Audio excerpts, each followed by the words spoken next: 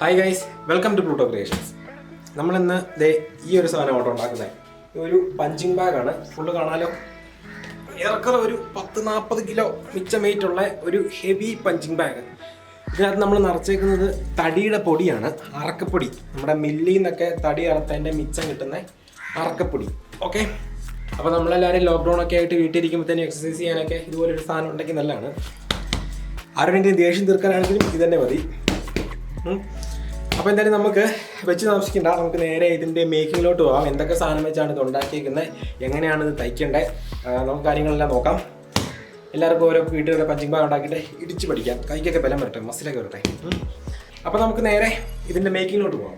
Okay, അപ്പോൾ നമുക്ക് നമ്മുടെ പഞ്ചിങ് ബാഗ് ഉണ്ടാക്കാനായിട്ട് എന്തൊക്കെ സാധനങ്ങളാണ് ആവശ്യമുള്ളതെന്ന് അറിയണമല്ലോ. അപ്പോൾ എന്തായാലും നമുക്ക് മെറ്റീരിയലായിട്ട് യൂസ് ചെയ്യാനായിട്ട് നല്ല കട്ടിയുള്ള മെറ്റീരിയൽ വേണം, പെട്ടെന്ന് കീറി വരാത്ത ടൈപ്പ് നല്ല ബലമുള്ള മെറ്റീരിയൽ. അപ്പോൾ ഞാനിവിടെ യൂസ് ചെയ്യുന്നത് ഈ ഒരു മെറ്റീരിയലാണ്. അപ്പോൾ ഇതിൻ്റെ ഒരു സൈഡ് നല്ല ലെതർ പോലെയും അതിൻ്റെ അടുത്ത സൈഡ് നല്ല വെൽവെറ്റ് പോലെ അകത്ത് സോഫ്റ്റ് ആയിട്ടുള്ളതാണ്. ഇത് നമ്മുടെ കാറിൻ്റെ ഒക്കെ അകത്ത് സീറ്റ് കവർ ചെയ്യാനായിട്ടും അങ്ങനെയൊക്കെ വേണ്ടി യൂസ് ചെയ്യുന്നതാണ്, upholstery ചെയ്യുന്ന ടൈപ്പ് മെറ്റീരിയൽ. ഓക്കെ, അപ്പോൾ ഇതാണ് നമ്മൾ മെയിനായിട്ടുള്ള സാധനം. ഇതാണ് നമ്മൾ കറക്റ്റ് കട്ട് ചെയ്ത് തയ്ക്കേണ്ടത്. പിന്നെ നമ്മുടെ പഞ്ചിങ് ബാഗിൻ്റെ ഉള്ളിൽ എന്ത് സാധനമാണോ അത് നിറച്ച് കഴിഞ്ഞിട്ട് അതിൻ്റെ ടോപ്പ് ഭാഗത്ത് നമ്മൾ ചെറിയൊരു അടപ്പ് പോലെ വെക്കണം. ഒരു സിപ്പർ ഫിറ്റ് ചെയ്തിട്ട് ക്ലോസ് ചെയ്യാനും ഓപ്പൺ ചെയ്യാൻ പറ്റിയ രീതിയിൽ ഒരു അടപ്പ്. അപ്പോൾ അതിനായിട്ട് ഒരു സിപ്പർ വേണം. ഞാനിവിടെ ചെറിയൊരു പഴയ ബാഗിൽ തന്നെ അഴിച്ചെടുത്തൊരു സിപ്പർ ഇവിടെ യൂസ് ചെയ്യുകയാണ്. നമ്മൾ നല്ല ബലമുള്ള സിപ്പർ നമുക്ക് കിട്ടും അതിനായിട്ടാണ് കേട്ടോ. അപ്പോൾ എല്ലാ റീസൈക്കിൾ എടുക്കുന്ന സാധനങ്ങളാണെങ്കിൽ നല്ലതായിരിക്കും. നമ്മൾ കറക്റ്റായിട്ട് പറയുകയാണെങ്കിൽ എല്ലാം വേണമെങ്കിൽ നമ്മുടെ ചുറ്റിനുള്ള സാധനങ്ങൾ തന്നെ യൂസ് ചെയ്യാം. അപ്പോൾ ഇതിൻ്റെ മെറ്റീരിയലിന് വരെ നല്ലൊരു ടേബിൾ ക്ലോത്ത് ആണെങ്കിൽ നല്ലതായിരിക്കും. റെക്സിൻ്റെ ഒക്കെ ടേബിൾ ക്ലോത്ത് നമ്മൾ യൂസ് ചെയ്യല്ലോ, അതാണെങ്കിൽ കറക്റ്റ് ആയിരിക്കും നമ്മുടെ പഞ്ചിങ് ബാഗിൻ്റെ മെറ്റീരിയലായിട്ട് യൂസ് ചെയ്യാനായിട്ട്. പഴയ ബാഗിനകത്ത് ഇതുപോലെ സിപ്പർ കിട്ടും. പിന്നെ നമ്മുടെ പഞ്ചിങ് ബാഗ് തൂക്കിയിടാനായിട്ട് നമുക്ക് സ്ട്രാഫ് വേണം. അപ്പോൾ ഞാനിവിടെ ഒരു 3 സ്ട്രാഫാണ് ഉദ്ദേശിക്കുന്നത്. അപ്പോൾ സ്ട്രാഫിന് വേണ്ടിയിട്ട് ഞാനിവിടെ പഴയ ബെൽറ്റുകളാണ് യൂസ് ചെയ്യുന്നത്. പഴയ ബെൽറ്റ് എന്ന് പറയുമ്പോൾ തുണിയുടെ ബെൽറ്റ്, തുണിയുടെയോ എന്തായാലും ബെൽറ്റ് ആയിരിക്കണം, എന്ന് വെച്ചാൽ ബലമുള്ള സാധനമായിരിക്കണം. അപ്പോൾ ഇതിലായിരിക്കും നമ്മൾ സ്ട്രാഫ് പോലെ ഇങ്ങനെ നമ്മുടെ പഞ്ചിങ് ബാഗിൻ്റെ ഉള്ളിൽ നിന്ന് ഇങ്ങനെ തയ്ച്ച് വെച്ചിട്ട് ഇങ്ങനെ തൂങ്ങി കിടക്കാനുള്ള സംഭവം. ഓക്കെ, ഇതുപോലെ 3 എണ്ണം നമ്മൾ യൂസ് ചെയ്യുന്നുണ്ട്. അപ്പോൾ ഇത്ര സാധനമാണ് നമുക്ക് വേണ്ടത്. പിന്നെ എന്താണോ അതിനുള്ളിൽ നമ്മൾ നിറയ്ക്കാൻ ഉദ്ദേശിക്കുന്നത് അത് നമ്മൾ റെഡിയാക്കി വെക്കണം. ഒന്നെങ്കിൽ നമുക്ക് തുണിയും സാൻഡും വെച്ച് ഫില്ല് ചെയ്യാം.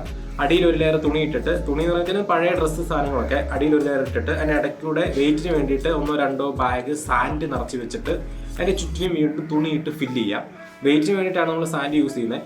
ഞാനിപ്പോൾ എന്തായാലും ഇവിടെ യൂസ് ചെയ്യുന്നത് സോഡസ്റ്റാണ്. സോഡസ്റ്റ് അറക്കപ്പൊടി ഈ മില്ലിൽ നമുക്ക് മേടിക്കാൻ കിട്ടുന്നതാണ് അറക്കപ്പൊടി.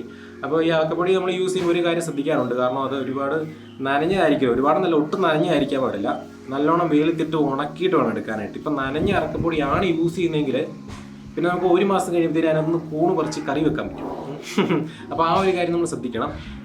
അപ്പോൾ ഇനി നമുക്ക് നോക്കാനുള്ളത് എങ്ങനെയാണ് നമ്മുടെ ബാഗ് വെട്ടിയെടുത്ത് മെറ്റീരിയൽ വെട്ടിയിട്ട് ബാഗ് ആക്കുന്നതാണ് അല്ലേ. അപ്പോൾ നമ്മളിവിടെ യൂസ് ചെയ്യുന്ന മെറ്റീരിയലിന് 1 മീറ്റർ വീതിയും 4 അടി നീളവും ഉണ്ട്. അതിനർത്ഥം നമ്മളിപ്പോൾ ചെയ്യാൻ പോകുന്നത് ഒരു 1 മീറ്റർ പൊക്കമുള്ള 1 മീറ്റർ ലെങ്ത് ഉള്ള ഒരു പഞ്ചിങ് ബാഗാണ്. അപ്പോൾ അതിൻ്റെ ഡയമീറ്റർ, അതിൻ്റെ ആ സിലിണ്ടറിൻ്റെ ആ ഒരു ഡയമീറ്റർ നമ്മൾ എടുത്തേക്കുന്നത് 30 സെൻറ്റിമീറ്റർ ആണ്. അപ്പോൾ 30 സെൻറ്റിമീറ്റർ റേഡിയസ് 15 സെൻറ്റിമീറ്റർ. അപ്പോൾ അതിൻ്റെ സർക്കംഫറൻസ് കണ്ടുപിടിക്കാൻ മാത്സ് പഠിച്ചവരാണെങ്കിൽ സർക്കംഫറൻസ് ഇപ്പോൾ കണ്ടുപിടിച്ച് കാണും അല്ലേ. അപ്പോൾ നമുക്ക് 94 സെൻറ്റിമീറ്റർ ആയിരിക്കും നമുക്ക് ഇതിൻ്റെ സർക്കംഫറൻസ് വരുന്നത്. അത്രയും നീളത്തിൽ വേണം നമ്മളത് മുറിച്ചെടുക്കാനായിട്ട്. 94 സെൻറ്റിമീറ്റർ നീളവും 1 മീറ്റർ വീതിയും, അത് തന്നെ. അപ്പോൾ അത്രയാണ് നമ്മുടെ പഞ്ചിങ് ബാഗിൻ്റെ സർക്കംഫറൻസ് വരുന്നത്. അപ്പോൾ അതിനായിട്ട് നമ്മൾ തയ്ക്കാനുള്ള സീമിന് വേണ്ടിയിട്ട് ഒരു 1.5 സെൻറ്റിമീറ്റർ വീതം 2 പീസിനും കൂടെ അധികമായിട്ട് ഇടുന്നുണ്ട്. മൊത്തം 97 സെൻറ്റിമീറ്റർ നമ്മൾ ലെങ്ത് ആയിട്ട് എടുക്കുന്നുണ്ട്. 1 മീറ്റർ ഏറെക്കുറെ ഒരു സ്ക്വയർ ആയിട്ടുള്ള ഒരു പീസ് വരുമെന്ന് വേണമെങ്കിൽ നമുക്ക് പറയാം.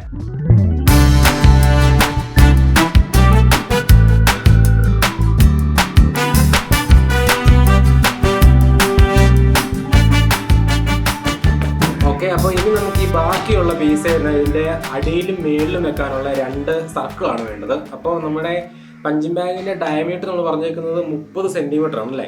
അപ്പോൾ ഈ തയ്ക്കാനുള്ള സീമും കൂടെ കൂട്ടിയിട്ട് അപ്പോൾ ഒരു റേഡിയസ് ഒരു 1 സെൻറ്റിമീറ്റർ അല്ലെങ്കിൽ 1.5 സെൻറ്റിമീറ്റർ നമ്മൾ കൂട്ടിയിടണം. അപ്പോൾ 15 സെൻറ്റിമീറ്റർ റേഡിയസ് എന്നുള്ളത് 16 സെൻറ്റിമീറ്റർ. അപ്പോൾ 33, 16, 32, 33 സെൻറ്റിമീറ്റർ. ഓക്കെ, അപ്പോൾ 33 സെൻറ്റിമീറ്റർ ഉള്ള ഡയമീറ്റർ ഉള്ള 2 സർക്കിൾ നമ്മൾ ഇതിൽ നിന്ന് വെട്ടിയെടുക്കണം. അതാണ് നമ്മുടെ നെക്സ്റ്റ് ടാസ്ക്.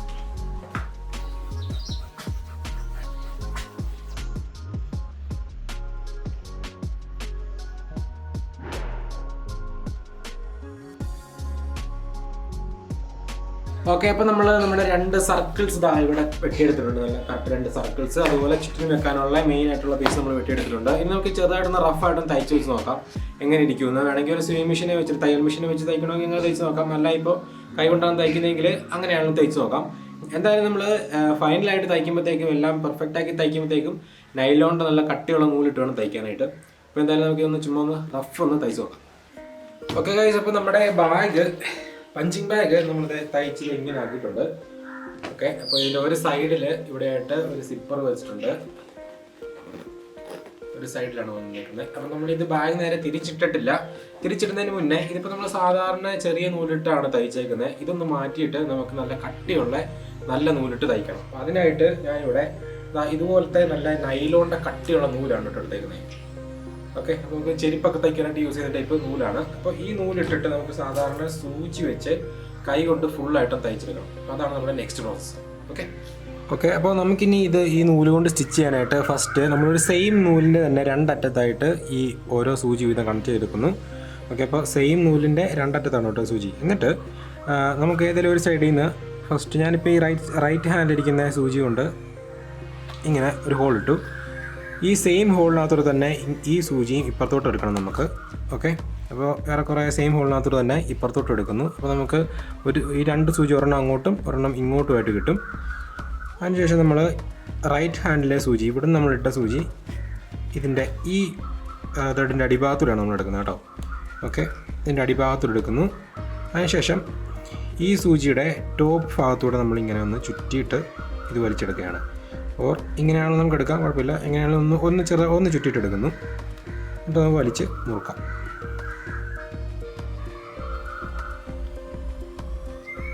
ഓക്കെ, അപ്പോൾ ഇങ്ങനെയാണ് നമ്മൾ സ്റ്റിച്ച് ചെയ്ത് പോകുന്നത്. ഇതിനെ സാഡിൽ സ്റ്റിച്ച് എന്നാണ് പറയുന്നത്. അപ്പോൾ ഇങ്ങനെ നമുക്ക് ഇനി ഇതിൻ്റെ എഡ്ജ് ഫുള്ളൊന്ന് സ്റ്റിച്ച് ചെയ്ത് നമ്മളിപ്പോൾ തയ്ച്ച എല്ലാ തയ്യലും നമുക്ക് ഇങ്ങനെ സ്റ്റിച്ച് ചെയ്തെടുക്കാം. ഓക്കെ ഗൈസ്, അപ്പം നമ്മൾ ഇതിൻ്റെ സൈഡ് ഭാഗത്തെല്ലാം ഫുള്ളായിട്ട് നമ്മുടെ കട്ടിയുള്ള നൂല് കൊണ്ട് മൊത്തം തയ്ച്ചു. അതുപോലെ മൊത്തം ഒരു 3 വള്ളി നമ്മൾ കൊടുത്തിട്ടുണ്ട്. 3 സ്റ്റാഫ് നമുക്ക് കെട്ടിത്തൂക്കിയിടാനായിട്ട്. അപ്പോൾ നമ്മൾ ഇത്രയും ചെയ്തിട്ടുണ്ട്.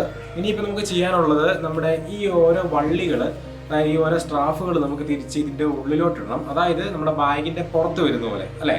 ഇത് ബാഗിൻ്റെ അകഭാഗമാണ്. അത് പുറത്ത് വരുന്ന പോലെ നമ്മൾ ആക്കിയിട്ടിട്ട് നമ്മൾ ഈ ഒരു ഹോളും നന്നായിട്ടൊന്ന് തയ്ച്ചു വെക്കണം. ഇതിനുള്ളിലൂടെ സോഡസ്റ്റ് പുറത്ത് ചാടാതിരിക്കാനായിട്ട്. ഓക്കെ, അപ്പോൾ ഇനി നമുക്ക് ആ ഒരു പ്രോസസ്സോടെ കഴിഞ്ഞിട്ട് ഇത് തിരിച്ചിട്ടിട്ട് ഇതിനകത്ത് സോഡസ്റ്റ് ഫില്ല് ചെയ്യാനുള്ള പ്രോസസ്സാണുള്ളത്. അപ്പോൾ എന്തായാലും നമുക്ക് ഈ ചെറിയ സൈഡ് ഭാഗം കൊണ്ടൊന്ന് തയ്ച്ചെടുക്കാം. ഓക്കെ, അപ്പോൾ നമ്മൾ ഇതിൻ്റെ സ്റ്റിച്ചിങ് ഫുള്ളായിട്ട് കംപ്ലീറ്റ് ചെയ്തിട്ടുണ്ട്. ഇനി നമുക്ക് ഇതൊന്ന് തിരിച്ചിട്ട് നോക്കാം. അതായത് ശരിക്കും പുറത്ത് വരേണ്ട സൈഡ് തന്നെ പുറത്താക്കി ഒന്ന് ഇട്ട് നോക്കാം. എങ്ങനെ ഉണ്ടാവും എന്നറിയണമല്ലോ.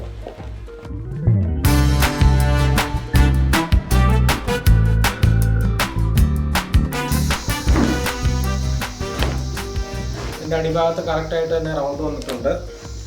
സൈഡൊക്കെ കറക്റ്റാണ്. ടോപ്പിൽ ഹോളും ഉണ്ട്. സൈഡിൽ നിന്ന് 3 വള്ളിയുണ്ട്. ഓക്കെ, അപ്പോൾ സ്റ്റിച്ചിങ് കഴിഞ്ഞു. ഇനി നമുക്കിതിനകത്ത് സോഡസ്റ്റ് നിറയ്ക്കാം.